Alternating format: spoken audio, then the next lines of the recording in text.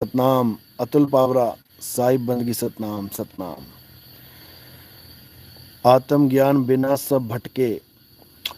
जय सतनाम गुरुजी, आपने पूरे विश्व में डंका बजा दिया है। साहिब जी महाराज जी के श्री चरणों में कोटि कोटि नमन। बिल्कुल जी, डंका तो बजना ही है।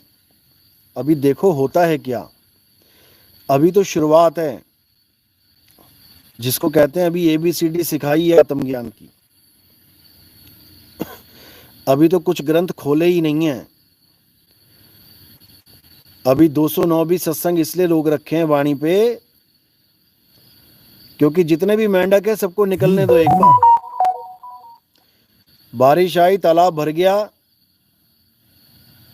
अब दुनिया भर के मेंढक निकलेंगे और अपने आप को महान ज्ञानी सिद्ध करने की कोशिश करेंगे। 2018 से पहले जिनके चैनल बने हुए थे, आप उनको झांकिए एक बार। क्या पोस्ट करते थे वो, क्या देते थे?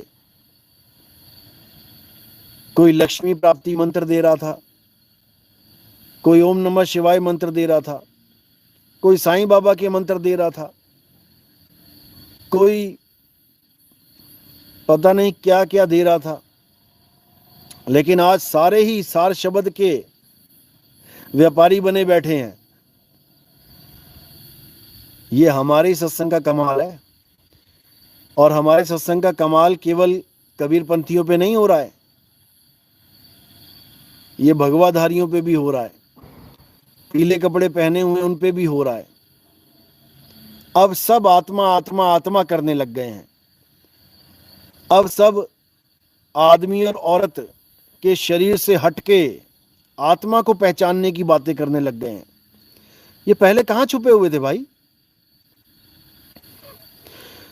और पहले भी छोड़ो, अगर आज इनको पूछ लिया जाए कि आत्मा का स्वरूप क्या है, सबकी हालत खराब हो जाएगी।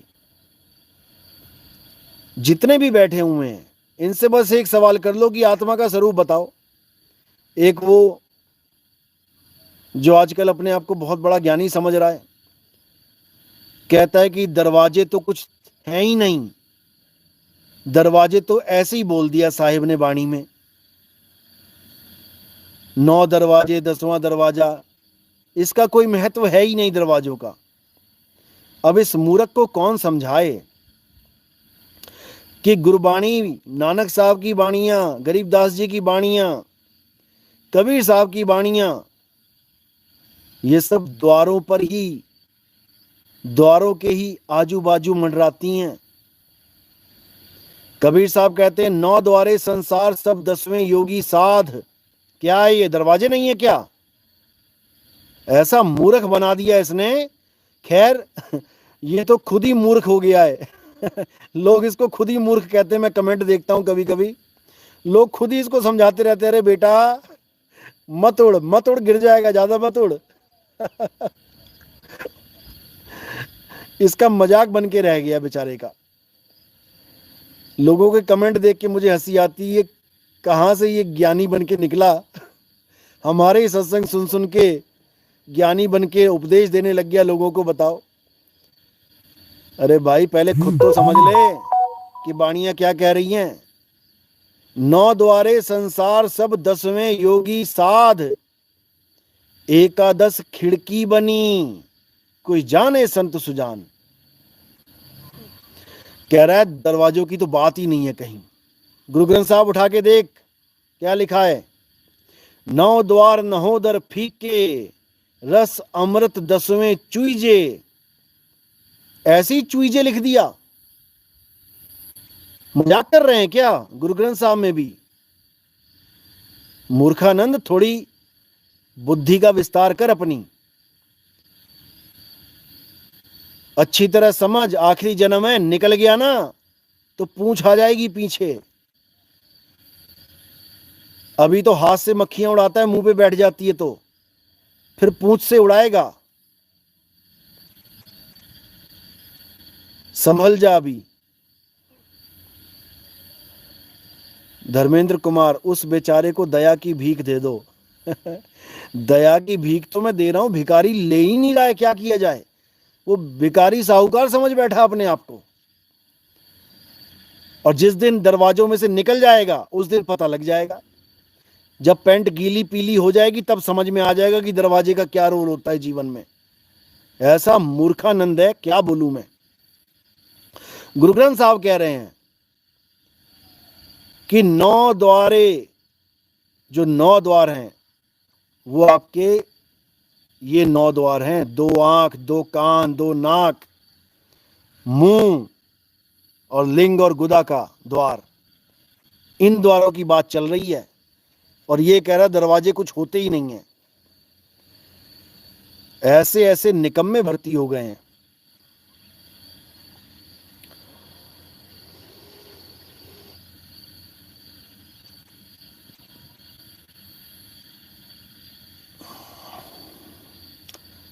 गुरु ग्रंथ साहब में ही लिखा है 9 दरवाजे प्रगट कीते, 10वां गुप्त रखाया। तो दरवाजे क्यों लिखे हैं भाई? जब दरवाजे कुछ होते ही नहीं है तो दरवाजे दरवाजे क्यों बोल रहे हैं?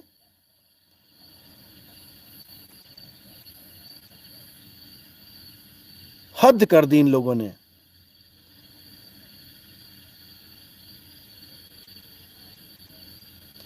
नौ दरवाजे प्रगट कीते, 10वां गुप्त रखाया।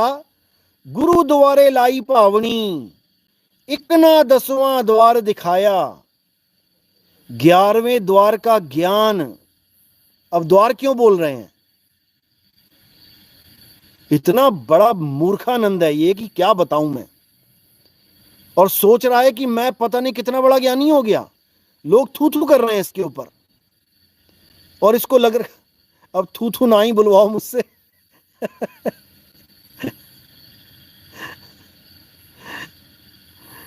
और ये सोच रहा है बड़ा ज्ञानी बन गया। ये बेइज्जती भी नहीं समझ रहा है कि लोग बेइज्जती कर रहे हैं मेरी। ऐसे लोग पड़े हुए हैं, बताओ।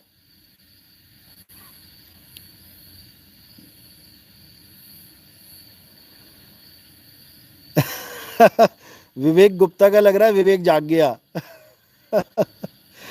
अजय ठाकुर कह रहे हैं मोको कहां ढूंढे रे बंदे, मैं तो तेरे पास में। चैनल वाले विवेक गुप्ता भी आपका विरोध करता था और अब ये आ गया है। वो भी 1 साल से दिखाई नहीं दिया। 1 साल से क्या दिखाई देगा वो? उसके तो अभी कारनामे बताऊंगा, तुम्हारी हंस हंस के पेट दुख जाएगा। शुरुआत में वो आया जब मेरा चैनल बिल्कुल नया नया ओपन किया मैंने 18 में, आके बड़ी तारीफें करने लगा। भैया जी बहुत बढ़िया ज्ञान दे रहे हो भैया जी, बहुत बढ़िया बहुत बढ़िया। अच्छा, मैंने कहा चलो देखते हैं भाई कितना विवेक है इसके पास। जब मैंने सोहंग का कटाक्ष कर दिया, सोहंग का खेल ही खत्म कर दिया, तो महाराज जी उछल के आ गए मेरे पास। अरे आपने ऐसे कैसे कर दिया, ऐसे कैसे कर दिया, सोहंग का ही तो जाप करना है, सोहंग के जाप के बिना मुक्ति कैसे मिलेगी। मैंने कहा मेरे भाई अगर सोहंग के जाप से मुक्ति मिलती है तो भोले शंकर के जितने भगत हैं जो शिव योग से जुड़े हुए हैं वो सारे सोहंग सोहंग का जाप कर रहे हैं। तुम कबीरपंथी में क्यों आ गए भाई? फिर बकवास करने लग गया, मैं तुम्हारे खिलाफ चैनल बनाऊंगा। मैंने कहा बना ले भाई, तुझे कौन मना कर रहा है। और तू क्या बनाएगा? हजारों चैनल आएंगे मेरे खिलाफ, हजारों चैनल, गिनती नहीं कर पाएगा तू, समय आने दे। लगा दिया चैनल।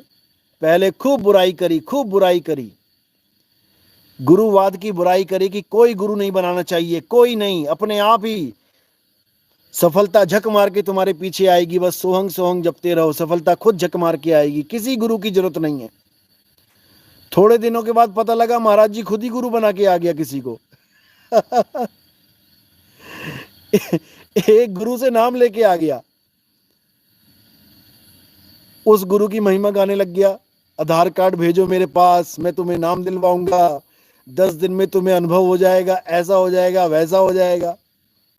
मैंने पूछा, मैंने कहा भाई तू एक बार बता, अभी तक तो कह रहा था कि तुझे परमात्मा मिल गया, तुझे सार शब्द मिल गया बिना गुरु के, अब तूने गुरु धारण कर लिया, ये कैसे हो गया?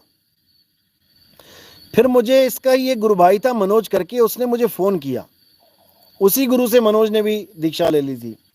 बिहार का लड़का है मनोज, अच्छी बात है, किसी गुरु के पास गया, पहले कहीं और जुड़ा हुआ था। उसने मुझे बताया कि ये वहां इसलिए जुड़ा है क्योंकि उस गुरु ने ये अफवाह फैला दी थी कि 2020 में 31 दिसंबर से पहले नितिन दास को जेल हो जाएगी। बताओ, उस बात को सुन के ये इतना खुश हो गया, अच्छा नितिन दास को जेल हो जाएगी। और ये उस गुरु से जुड़ गया कि भाई उसने तो भविष्यवाणी कर दी, अब तो फल होगी। और इस चक्कर में उसने एक और भविष्यवाणी कर दी, उसी गुरु से पूछ के, कहता 2023 में मैं मार्च में, पता नहीं फरवरी बता रहा था, मैं इंग्लैंड में बैठ के सत्संग करूंगा।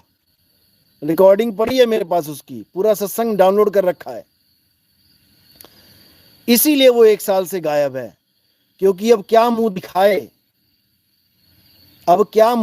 2023 खत्म होने वाला हो गया, अभी तक महाराज जी इंग्लैंड नहीं गए अपने गुरु के साथ। और थोड़े दिनों के बाद पता लग गया, जब 2020 31 दिसंबर निकल गया, तो इसने पूछा अपने गुरु जी को कि गुरु जी आपने भविष्यवाणी करी थी नितिन दास चला जाएगा 2020 में जेल में, गया क्यों नहीं? कहते जी परमात्मा ने कुछ और सोच लिया है। बताओ।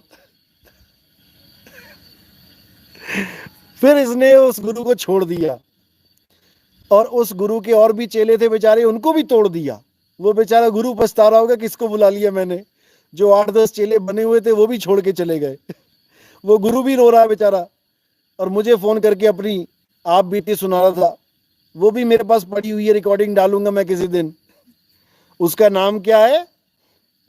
चेतन योग। बताओ, उसकी भी रिकॉर्डिंग पड़ी हुई है। और मदन पंथ के ही हरिदास नाम के गुरु से उसने नाम दीक्षा ले रखी थी। घूम फिर के गया मदन पंथ के ही साधु के पास। ये विवेक दास का हाल है। इसीलिए कहते हैं फूटी आंख विवेक की, इसकी आंख फूट गई है। लखे ना संत या संत, और जाके संग 10-20 हैं, वाको नाम महंत। बात ये है, क्या शक्ल दिखाएगा अब शक्ल दिखा भी नहीं सकता, क्योंकि इसका पूरा पर्चा मेरे पास है, जन्म पत्री लेके बैठा हूं इसकी मैं। तो विरोधी आते हैं, हमें कोई विरोधियों से हमें कोई पर्सनल दुश्मनी नहीं है किसी से भाई।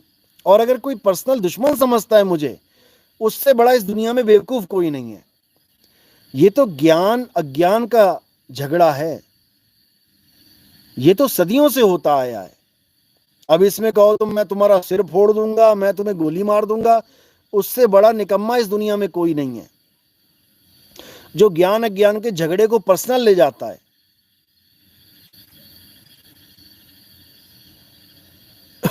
तो भाई ये कहानियां हैं इनकी, और भी बहुत से हैं। अब किस किस की सुनाऊं? यहां तो कुएं भांग पड़ी, इधर कुएं में ही भांग पड़ी हुई है भाई। 4 राम के ब्लॉग, साहिब बंदगी सत्संग के लिए भगत एक जगह, बिल्कुल बिल्कुल, सत्संग के लिए आप सेवा ले सकते हैं, बिल्कुल ले सकते हैं। देखो सत्संग में खर्चा होता है। अब एक जगह 200 बंदा आएगा तो वो तो ले ही सकते हैं, उसमें कोई दिक्कत नहीं। लेकिन ये मैंने इसलिए बोला है क्योंकि बहुत से लोग ये काम शुरू कर रहे हैं बिना पूछे। कलेक्शन शुरू हो गया बिना पूछे। अरे भाई मुझे पूछ तो लो, जिसका ग्रंथ छाप रहे हो, जिसकी मुहर लगवाओगे, कम से कम उससे तो पूछ लो कि तुम कुछ करने जा रहे हो, मैं ही तुम्हारी हेल्प कर दूं कुछ।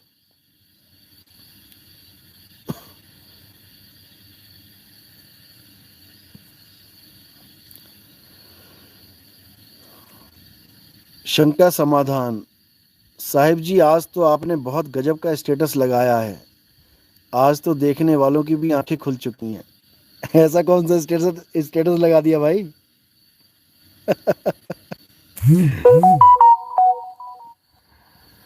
दिव्यांशी, गुरुजी गलती आत्मा से हुई या परमात्मा से? जीव कैसे फंसे? तुम्हें क्या लगता है परमात्मा से भी गलती हो सकती है क्या? देखो ये सब सृष्टि रचना का विषय है। जब सृष्टि रचना आपको समझाई जाएगी खोल के, अभी खोल के नहीं समझाई है, समझने वाले काफी हद तक समझ चुके हैं, लेकिन खोल के केवल उसको समझाई जाती है जिसको तीसरी दीक्षा मिल जाती है।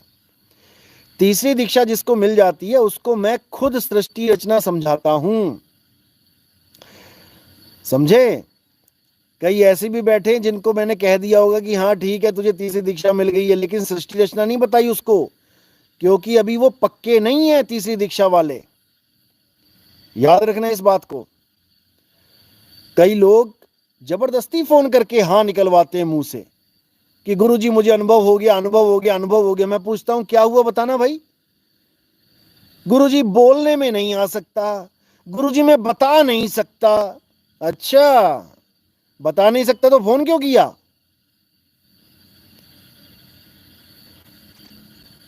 फिर जो ज्यादा ही पीछे पड़ जाता है उसको कह देते हैं भाई ठीक है हो गई तेरी दीक्षा, खुश रह तू भी। लेकिन उसको सृष्टि रचना नहीं बताता मैं। सृष्टि रचना केवल उसको बताई जाती है जहां पर मैं 100% कन्फर्म होता हूं कि हां यही असली अनुभव है। नहीं तो सृष्टि रचना नहीं खोलते। और जिसको मैंने बोला भी होगा कि हाँ तुझे तीसरी दीक्षा मिल गई है और सृष्टि रचना नहीं खोली, वो भी समझ जाना कि भैया अभी तीसरी दीक्षा नहीं मिली है, क्योंकि तीसरी दीक्षा ही सृष्टि रचना का भेद है सारा। फिर समझ लो अच्छी तरह। प्रथमे शिष्य होवन जो आई, ताको पान देओ तुम भाई। ये पहली दीक्षा है, फर्स्ट।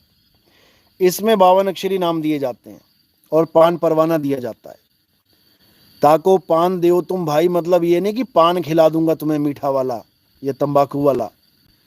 ये पान, जहां जहां पान लिखा है और इन लोगों ने पान की दुकानें चला दी, ये सब नकली कबीर पंथी हैं। जितने भी पनवाड़ी घुसे हुए हैं कबीर पंथ में, ये पान बेचने वाले, ये सब नकली पंथी हैं, एक भी असली नहीं इसमें से। तो साहिब कह रहे हैं प्रथमे शिष्य होवन जो आई और ताको पान दियो तुम भाई।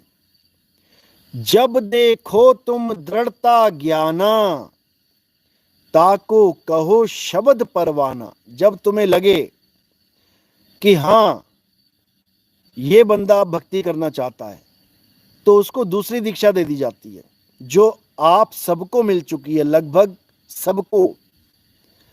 जिनको अभी 6 महीने से पहले प्रथम मिली है, 6 महीने से कम टाइम हुआ, उनको दूसरी नहीं मिली होगी, लेकिन बाकियों को दूसरी दीक्षा मिल चुकी है। अब क्या कह रहे हैं कि शब्द माही जब निश्चय आवे, ताको ज्ञान अगाध सुनावे। ये जो अगाध ज्ञान है यही अविगत ज्ञान है। अविगत से चला आया, कोई मेरा भेद मरम ना पाया। इसी भेद, इसी मरम को तीसरी दीक्षा मिलने के बाद अच्छी तरह समझाया जाता है। एक एक चीज समझाई जाती है, और ये केवल उसको समझाई जाती है जिसको अनुभव हो जाता है, जिसको असली अनुभव हो जाता है। एक नकली अनुभव भी होता है, वो मैं पता कर लेता हूं कि असली हुआ कि नकली हुआ। उसकी भी परीक्षा चलती है। याद रखो 3 साल तक परीक्षा होती है सबकी, चाहे कोई पहली दीक्षा वाला है, चाहे दूसरी दीक्षा वाला है, चाहे कोई भी हो। 3 साल से पहले तो वो अगाध ज्ञान दिया ही नहीं जाता, इतना समझ लो। 36 महीने की परीक्षा चलती ही चलती है। तो कहते हैं शब्द माही जब निश्चय आवे, यानी पूर्ण, पूरा पूरा 100% सूरत जब शब्द में लीन होती है और ये सृष्टि खत्म हो जाती है, उस वक्त यही है सृष्टि। ये है सृष्टि। कहीं सूरज चांद सितारे को सृष्टि मत समझने लग जाना। कि वो सृष्टि है। ये है सृष्टि, ये है सूरज चांद,